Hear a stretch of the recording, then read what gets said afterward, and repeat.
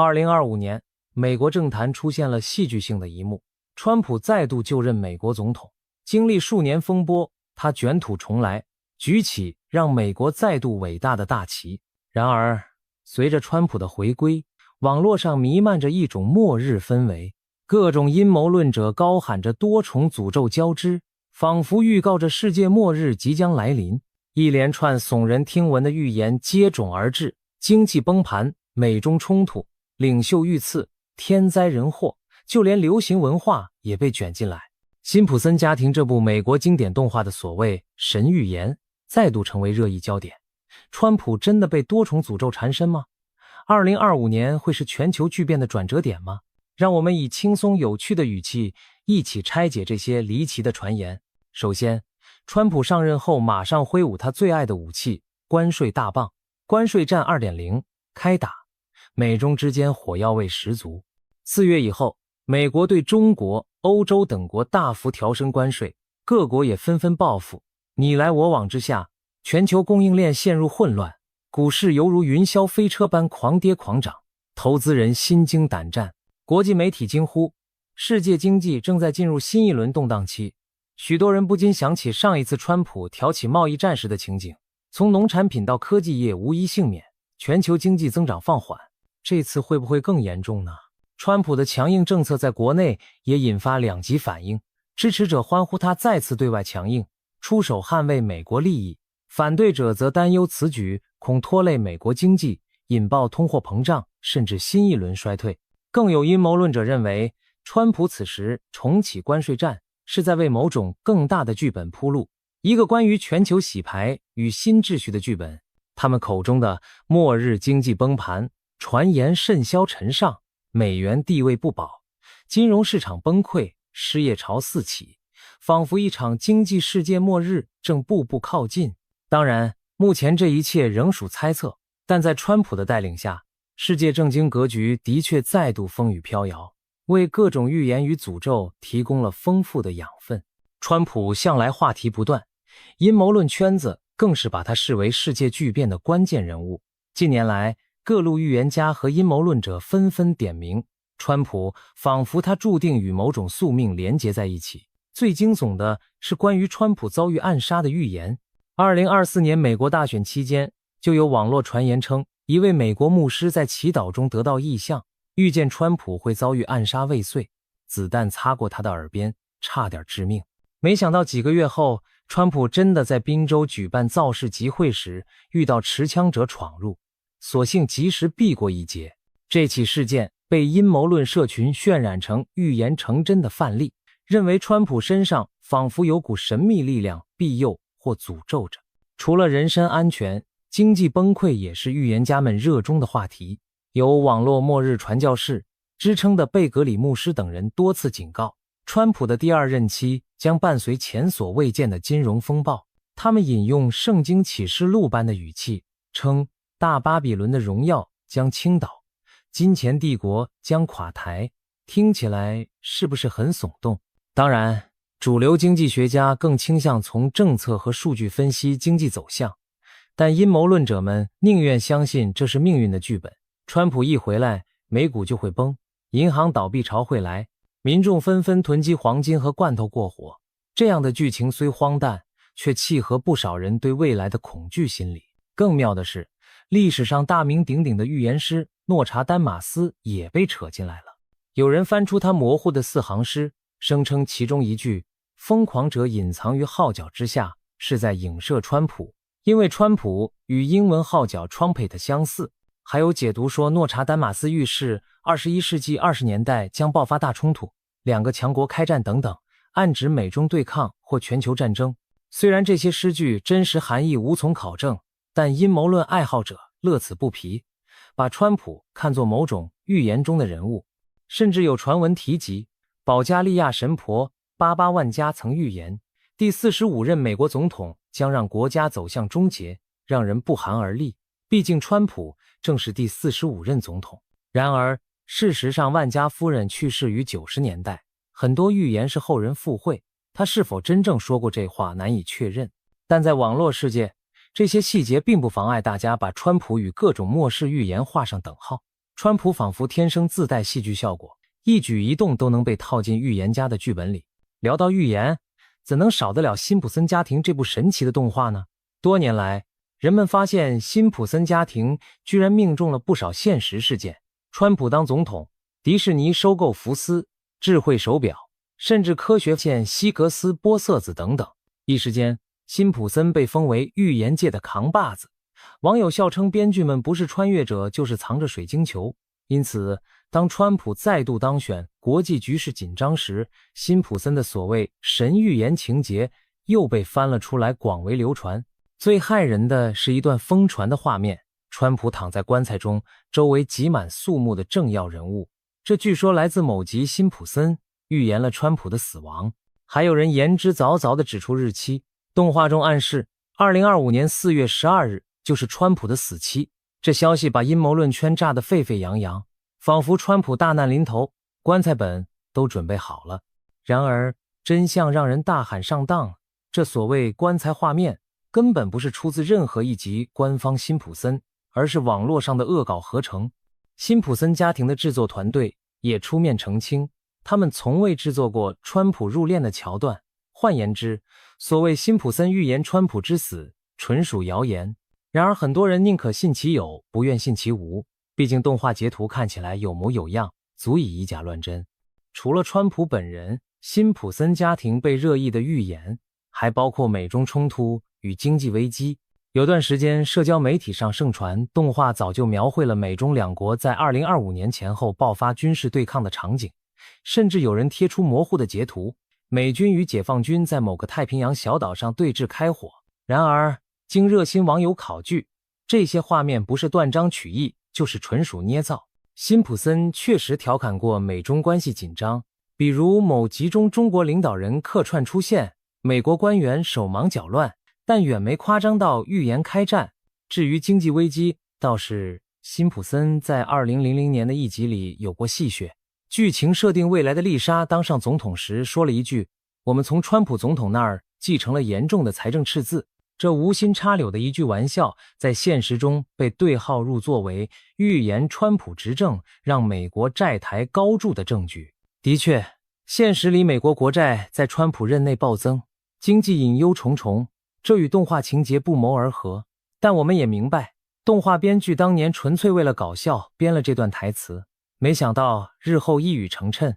也许辛普森家庭的许多预言正是如此。编剧对社会走向的敏锐洞察，加上一点巧合，就被奉为神迹。那为什么大家这么乐于相信动画预言呢？一方面，人们喜欢谈论巧合的神秘感，当虚构与现实重叠，总让人产生命运安排的错觉，话题性十足。另一方面，在动荡不安的时代，通过轻松的卡通寻找一些预示未来的蛛丝马迹，反而成了心理安慰。毕竟，比起正经的新闻分析，一张辛普森的漫画截图更容易让人眼前一亮，津津乐道。在资讯爆炸的网络时代，真假难辨的预言梗就这样野火燎原般传播开来。辛普森家庭无辜躺枪，但也难逃被神化的命运。看来霍默一家还得继续莫名其妙地扛起末日先知的称号呢。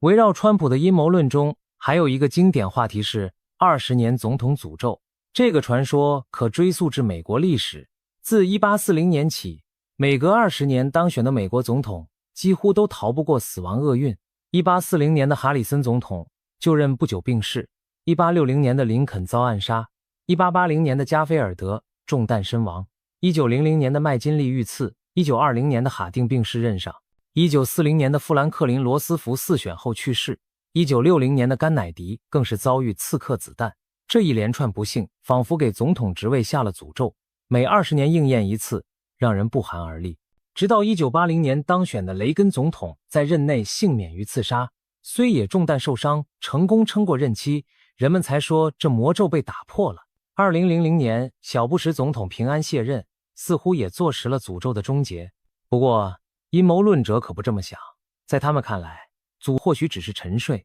等待再次觉醒的时机。2020年当选的拜登总统年事已高，健康频频引发猜测，有人暗示20年魔咒阴影犹在，或许只是换种形式实现。例如以国难、疫情替代了暗杀。毕竟拜登上任不久，美国就爆发了史无前例的新冠疫情和国会骚乱，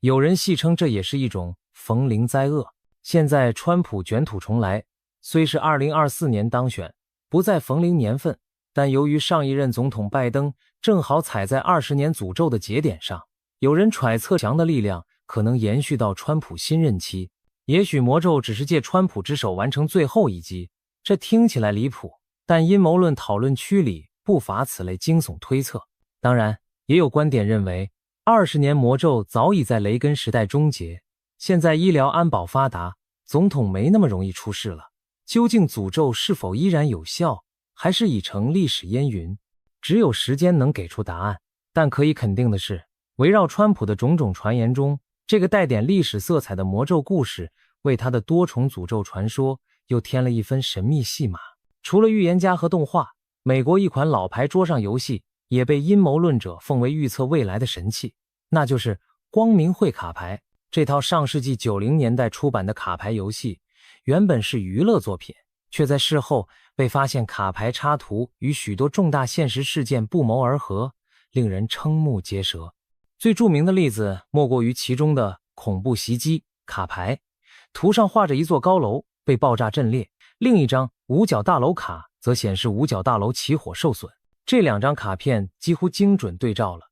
2001年的911恐怖攻击，双子星大楼被撞毁，五角大楼遭袭的画面历历在目。要知道，这套卡牌发行于1995年，911事件还远未发生，如此巧合怎能不让人脊背发凉？阴谋论者断言，这绝非巧合，而是提前泄露的阴谋计划。惊人巧合不止如此，光明会卡牌中还有一张核事故卡牌，画风酷似核电厂发生爆炸，后来发生的福岛核灾，甚至更早的车诺比事故与之相符。另一张流行病卡牌则描绘人们戴着口罩、医护紧张、忙碌的情景，与2020年爆发的新冠病毒疫情可谓如出一辙。当疫情期间这张卡牌在网上疯传时，很多人都惊呼，光明会早就把剧本写好了。还有人口减少卡，图案显示阴森森的骷髅和倒下的人群，仿佛预示大规模减人口的阴谋。世界大战相关的卡片场景更是让人浮想联翩，火光冲天的城市废墟，交战的坦克飞机，仿佛昭示人类难逃第3次世界大战的结束。阴谋论者将这些卡牌一一对照现实，声称许多重大事件都被它言中，因此深信尚未图景也极可能在未来上演。那未来还有什么未兑现的卡牌预言呢？有人特别提到2025年前后的关键图像，数张卡牌结合起来，似乎暗示这一年左右将发生剧烈的全球动荡。例如有人推测卡牌中的末日场景代表2025年人口大减，或某场战争引发全球秩序重组。他们援引一些骇人的传闻佐证这点，比如一份神秘的国防数据预测报告 Digo 网站预测曾离奇地预估美国人口在2025年将锐减数千万，世界主要国家人口都骤降，这被视为计划中的大清洗。再比如联合国某项发展议程2030被阴谋论解读为全球重置计划，而2025到2026就是过渡期。当然，这些说法多数来源可疑，但在阴谋论的圈子里，光明会卡牌提供了形象的图画，加上各种资料拼凑，就构筑出一个令人不寒而栗的剧本。2025年左右，人类将迎来前所未有的大灾变，冲突与人口锐减，随后建立所谓的新世界秩序。听起来像电影情节，但总有危机感强烈的人深信不疑。对更多围观群众而言，讨论卡牌预言则比较像是茶余饭后的猎奇谈资，一种半信半疑又欲罢不能的刺激。无论如何，光明会卡牌这个小众游戏硬是在网络时代翻红，成了解读现实的玄学工具之一。就在大家还在消化上述种种预言诅咒时，没想到亚马逊的语音助理 Alexa 也来凑热闹。网络上曾疯传这样一段对话，有人好奇地问家中的 Alexa， 美国什么时候会灭亡？没想到 Alexa 一本正经地回答了一个日期，2031年2月20日，仿佛末日已被写进行事历。这离奇的回答片段瞬间在社群媒体上引爆，网友们惊呼，看来 Alexa 偷偷下载了预言家插件，也有人将信将疑，猜测这是不是某种隐藏的彩蛋或程式漏洞。无论如何，2031年2月20日这个平平无奇的日子，突然因为 Alexa 的发言而蒙上神秘色彩，甚至有阴谋论者试图解读这日期背后的含义。2031年恰逢美国建国255周年，是否隐喻着帝国寿命？2月20日又恰好是美国联邦假日总统日附近，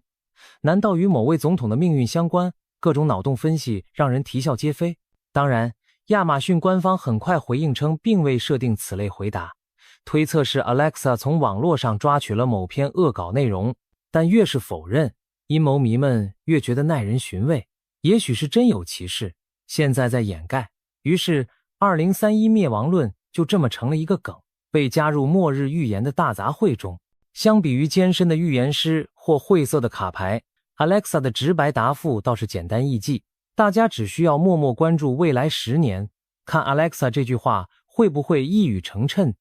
如果说以上还偏向人为的阴谋论，那接下来这个则把目光投向了天地异变。传说美国中情局 CIA 曾经机密封存一本离奇的手稿，名为《亚当与夏娃的故事》。该书作者陈托马斯在上世纪60年代提出一个惊人的理论：地球历史上反复出现毁灭性的地磁极翻转与地壳巨变，每隔几千年就让文明归零，人类重返亚当夏娃时代。这本书一度被官方列为机密，直到近年 CIA 才解密了部分内容。然而耐人寻味的是，解密版本中仍有部分页面被涂黑隐去，仿佛其中藏有不适合公众知道的惊天秘密。于是阴谋论者脑洞大开，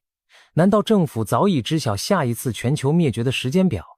难怪近年各国富豪纷纷建造末日碉堡，政府探讨太空移民，莫非在为末日做准备？这让许多人联想到川普执政期间曾重启的太空军与登月计划也被赋予了新的诠释，也许是在为地球异变找退路。在亚当与夏娃的故事中，描绘的末世场景可谓触目惊心。据称当地磁极瞬间翻转，地球自转失衡，地壳大幅滑动，大陆板块移位，海啸巨浪高达数千公尺，以无可抵挡之势扫荡一切。太平洋、大西洋的海水将像倒水般漫过美洲、亚洲沿岸，沿途摧毁城市文明。书中甚至具体描述了加州如何沉入海中，喜马拉雅瞬间淹没无踪等等末日画面。虽然听起来近乎狂想，但让人不禁后背发凉。如果真有这样的灾难，人类现有的一切将不复存在。而这本书被 CIA 关注的事实，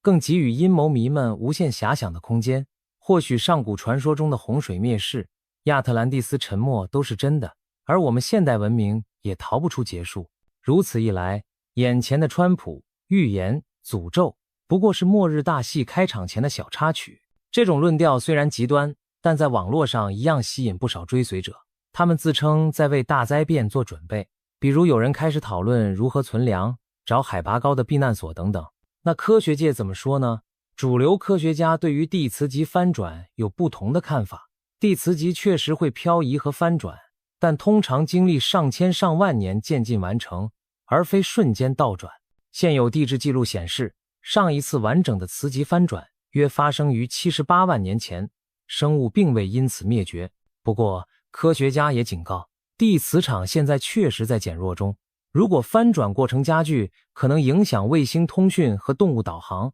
但不至于直接引发全球洪水。另外，地壳位移理论曾有学者提出，但尚无明确证据支持快速位移导致的全球性灭顶灾难。然而，这不代表地球就高枕无忧，大型灾变在地质史上并非没有，例如超级火山爆发、小行星撞击都发生过，带来生物大灭绝。而更现实的是常规的地震海啸威胁。科学研究显示，太平洋火环带孕育着大地震与海啸的可能性。学者发现美国西北岸的卡斯卡迪亚隐没带每隔数百年会引发9级以上强震，上一次在西元1700年造成了毁灭性的海啸，推测未来某天还会再来一次。日本官方也预估南海海槽大地震可能在未来发生，最坏情境下会引发高达数十公尺的巨浪冲击沿岸，造成数十万人罹难。这些研究都提醒着我们，自然的威力不容小觑。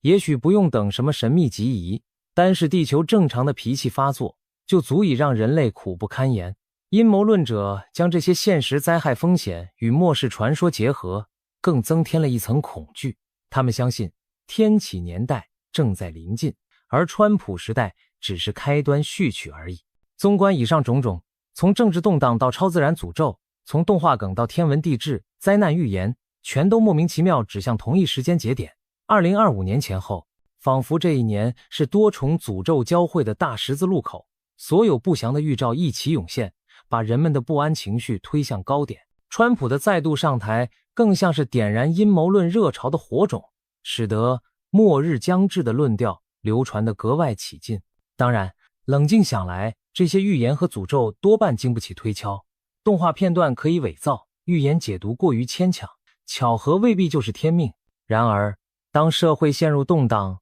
未来充满不确定性时，人们难免会寻求一些戏剧化的解释，哪怕带点迷信色彩，也好过茫然无措。2025年到底会发生什么？会是真正的多重诅咒爆发之年，还是我们现在杞人忧天，自寻烦恼？或许唯有等时间慢慢揭晓答案了。可以肯定的是，人类历史上每逢大变局之前，回望总是谣言四起，预言漫天飞。可当真相落地，往往又证明绝大多数担忧只是虚惊一场。对于今年也是如此，川普可能只是历史舞台上的一位特殊角色，但不至于拖着世界走向终结。尽管多重诅咒的说法听起来触目惊心，我们也不妨抱持一点幽默感，看待这些天马行空的理论。说不定到了2026年，我们会回过头对着这些末日预言莞尔一笑，就像笑看以前无数次的世界末日闹剧一样。当然，人类仍需谨慎对待真实存在的风险和挑战，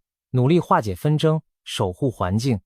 这样即便未来真的风雨来袭，我们也有足够韧性去面对。总之，2025年是变局亦或虚惊，取决于我们以何种态度书写历史。怀抱理性又不失幽默，也许是我们迎接未来的不二法门。世界末日可能不会轻易到来，但全球秩序的确在转折中，我们就静观其变，迎接未知的篇章。同时别忘了，在阴谋论盛行的时代，保有一份清醒与乐观，这或许才是破解末日诅咒的最佳良方。